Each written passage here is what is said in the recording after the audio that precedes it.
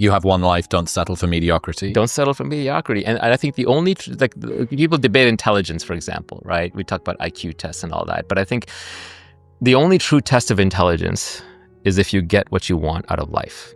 And there are two parts to that. One is getting what you want, so you know how to get it. And the second is wanting the right things, knowing what to want in the first place. I could want to be a 6'8" basketball player, and I'm not going to get that. So it's wanting the wrong thing.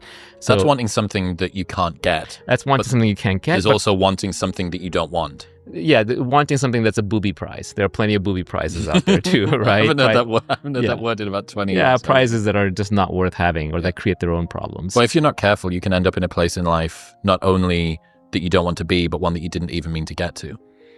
That's if you're kind of proceeding unconsciously. But how many people are? And usually I think people end up there because they are going on autopilot with sort of societal expectations or other people's expectations. So, or out of guilt or out of mimetic desire. Peter Thiel has this whole thing from René Girard about how mimetic desires are picked up from other people. And some of those are automatically baked into society, go to law school, go to med school, go to whatever, go to business school.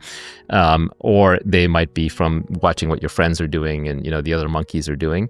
Or it might just be, what your parents' expectations are. It might be out of guilt. Guilt is just society's voice speaking in your head, socially programmed, so you'll be a good little monkey and do things that are good for the tribe. But I think the best outcomes come when you think it through for yourself and decide for yourself. And I don't think people spend enough time deciding. For example, we run on these 4-year cycles. In Silicon Valley, you go join a startup, you vest your stock over 4 years. That's the standard. Okay. In college, you go for 4 years. High school, you go for 4 years. Some things take longer. You have children, they hit puberty 9 years later. That's like a 9-year cycle until that relationship changes. But we're used to these fairly long cycles, multi-year cycles in which we are committed to things. You go to law school, 4 or 5 year cycle. You go be a lawyer, 40-year cycle. These are very long cycles.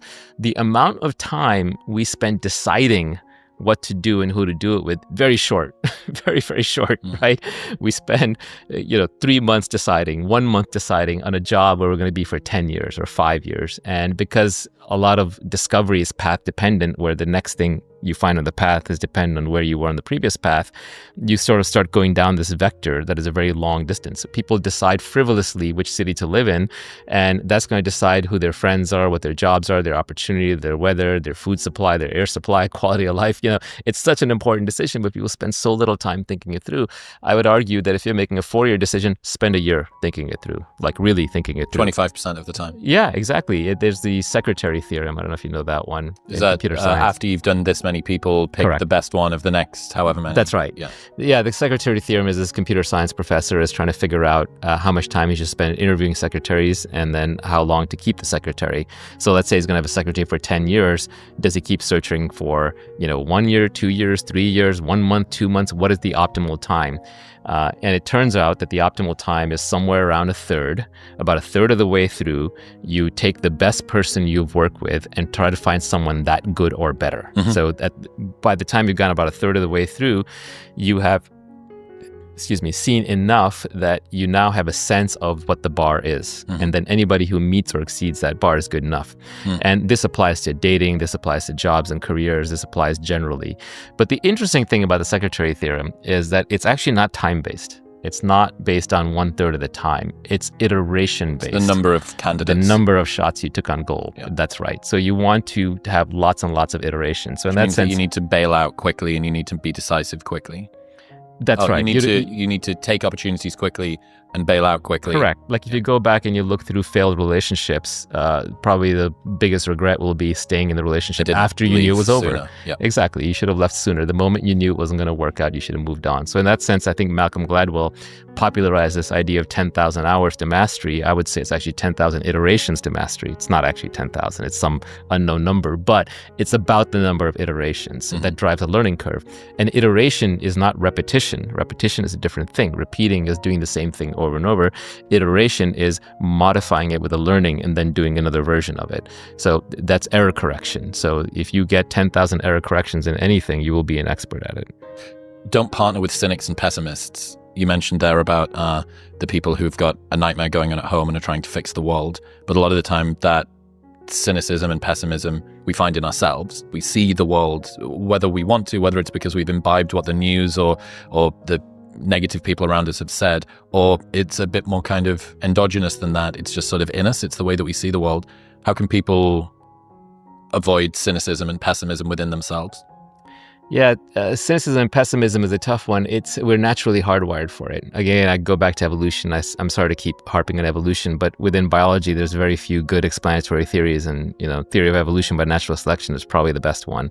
So if you can't explain something about life or psychology or human nature through evolution, then you probably don't have a good theory for it.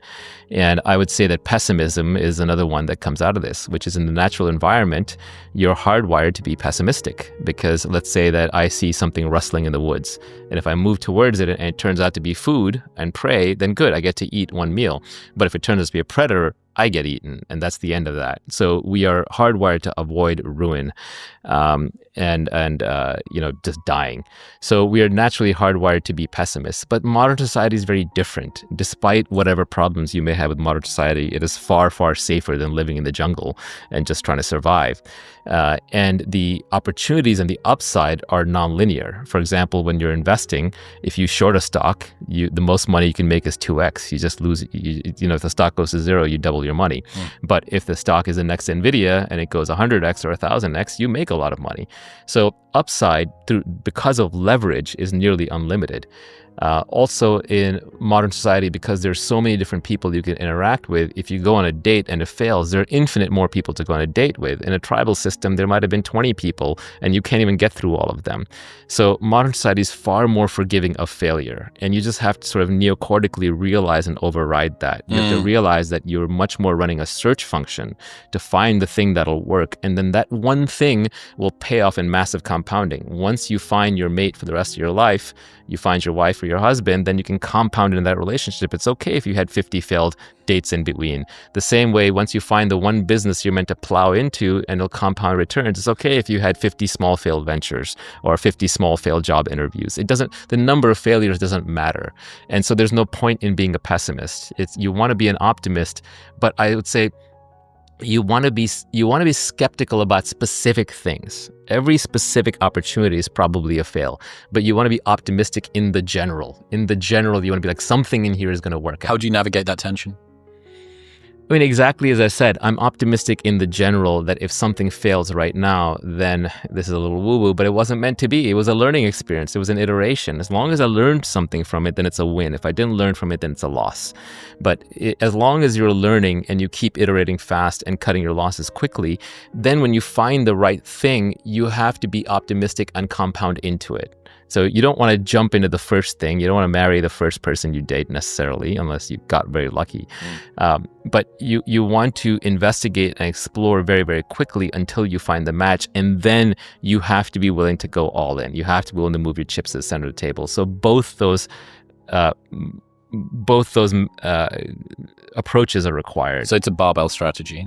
It's sort of black or it's white, and most people are sort of stuck in this gray bit. And I'm like half in, but I kind of don't really know if I am. And I also think like labels like pessimist, optimist, cynic, introvert, extrovert, these are very self-limiting. Humans are very dynamic. There are times when you feel like being introverted. There are times when you feel like being extroverted. There are contexts in which you'll be pessimistic. There are contexts in which you'll be optimistic.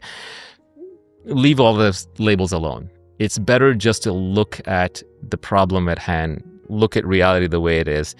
Try to take yourself out of the equation in a sense. Like, obviously, you're involved, but motivated reasoning is the worst kind of reasoning.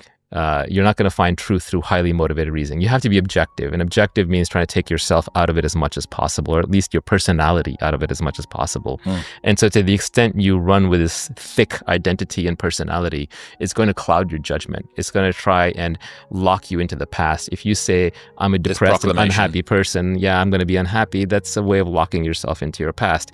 Even saying, I have trauma, I have PTSD, yeah, you feel something. There are memories, there are flashes, there are occasional bad feelings. but don't define yourself by it, because then you'll lock it into your identity and you're just going to loop on it. It's better to stay flexible because reality is always changing and you have to be able to adapt to it. Adaptation is also intelligence. Adaptation is survival. Adaptation is kind of how you're here. You're here because you're an adapter and your ancestors were adapters.